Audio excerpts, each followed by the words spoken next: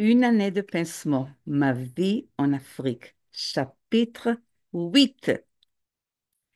Qui étaient mes amis? Mes amis étaient le couple de Français que j'ai rencontré dans l'avion pour le Bénin, Régine et Patrice de Cotonou. Je leur rendais souvent visite, presque chaque semaine après avoir enseigné.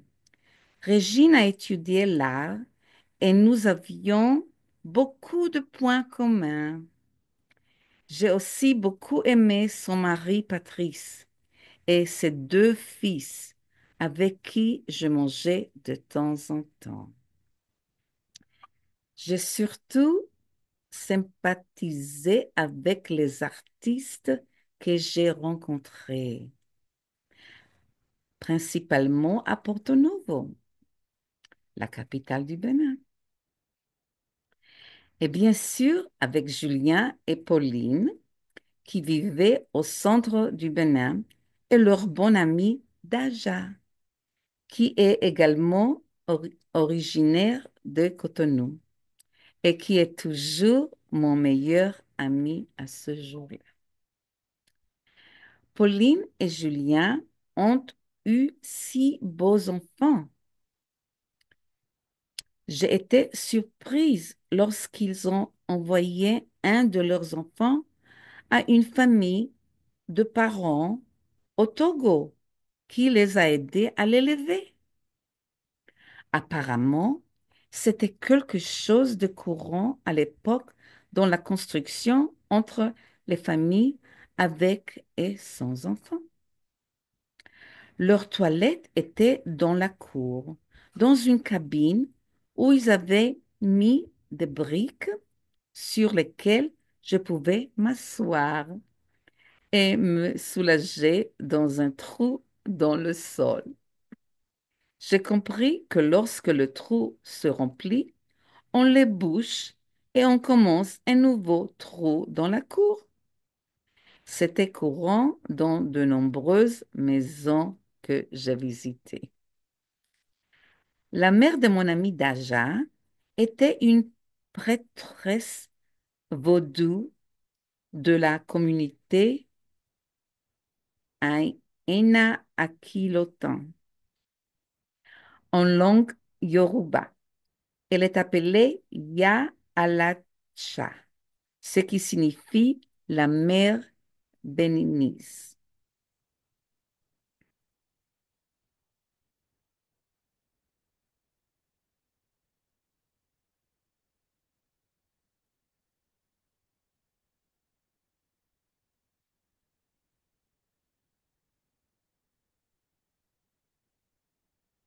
Hmm.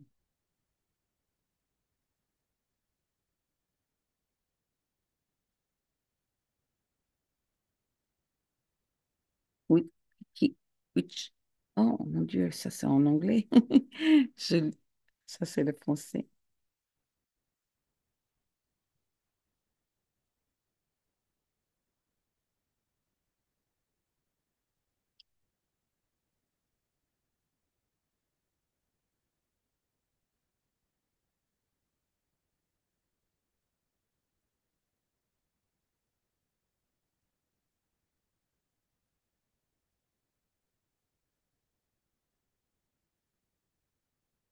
La mère de mon ami Daja était une prêtresse vaudou de la communauté Aina Akilotan.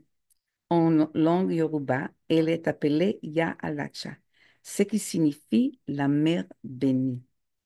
Une femme très gentille. Le nom Da signifie roi dans la langue Pong, Pongdaba et Pong, la tribu Pong. Il est né un vendredi, donc son nom est comme le nom de tous les enfants nés le vendredi. Ja est une abréviation du nom Yahweh.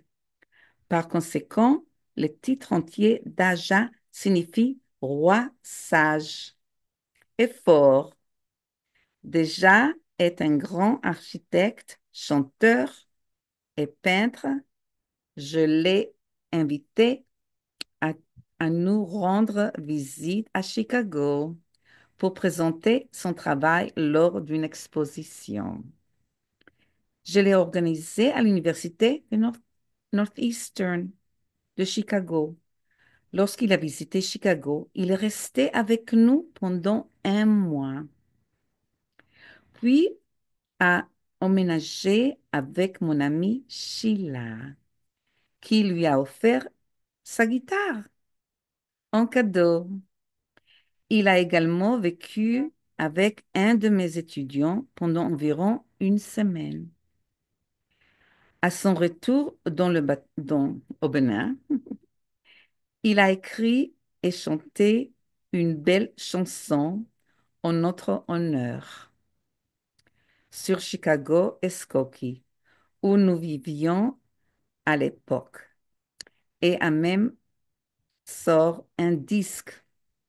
Il dirige actuellement un groupe de peintres que j'ai soutenu et avec lesquels j'ai réalisé une autre exposition en 2011 à l'Université de Haut-de-Bay. Lors de mon retour au Bénin pour 2 mois supplémentaires. Jutta, l'épouse de l'ambassadeur allemand, et son mari Peter étaient mes bons amis.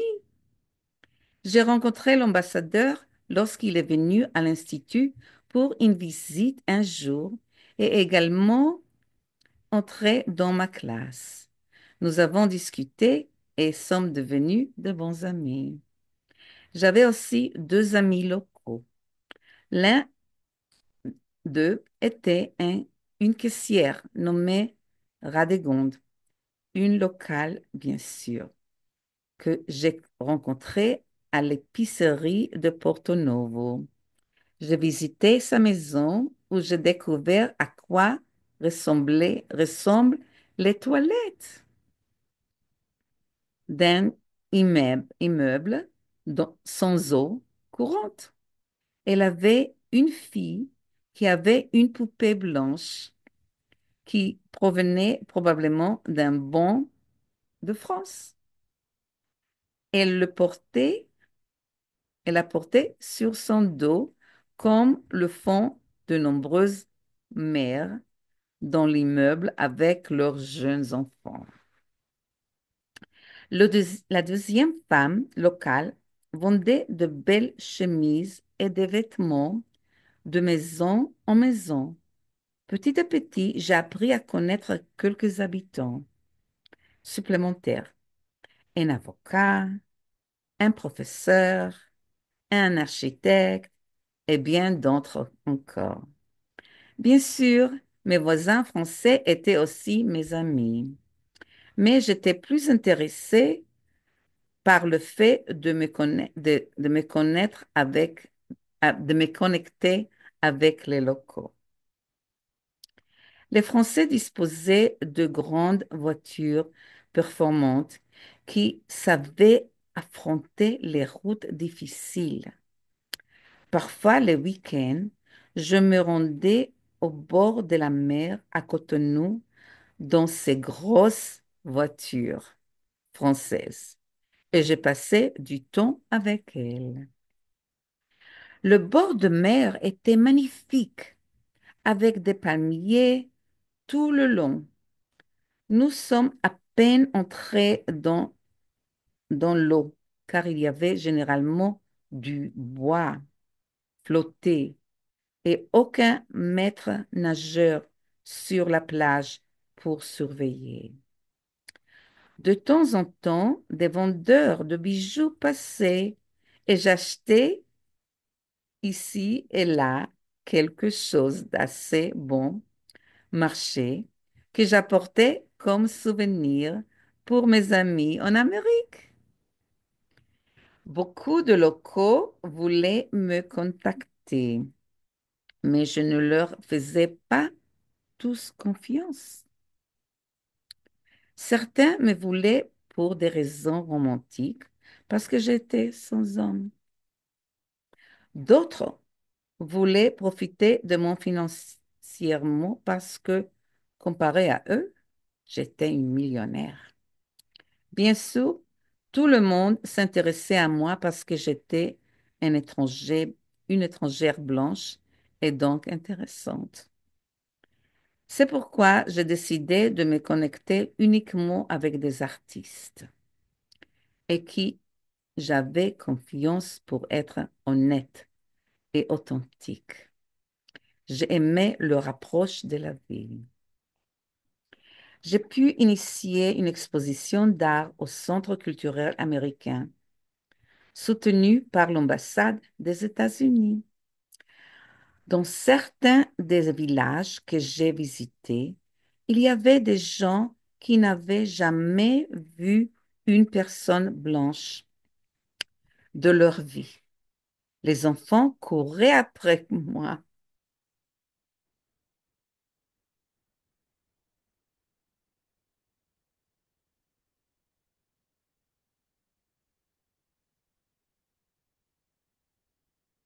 Les enfants couraient après moi et m'appelaient Yubo, ce qui signifie blanche. Je leur répondais affectueusement et les appelais mais oui, ce qui ressemble à mais oui en français, ce qui signifie noir. J'avais déjà 54 ans quand je suis arrivée au Bénin. La plupart des gens au Bénin n'a- n'atteignent pas cet âge. Alors beaucoup m'appelaient maman. C'est mère en français. C'était un peu étrange d'être la plus âgée de, de toutes mes connaissances, mais je me suis habituée au nom maman et je ne l'ai pas pris au pied de la lettre. Au contraire, je me sentais plus jeune et j'agissais comme une jeune femme de l'âge de tous mes amis.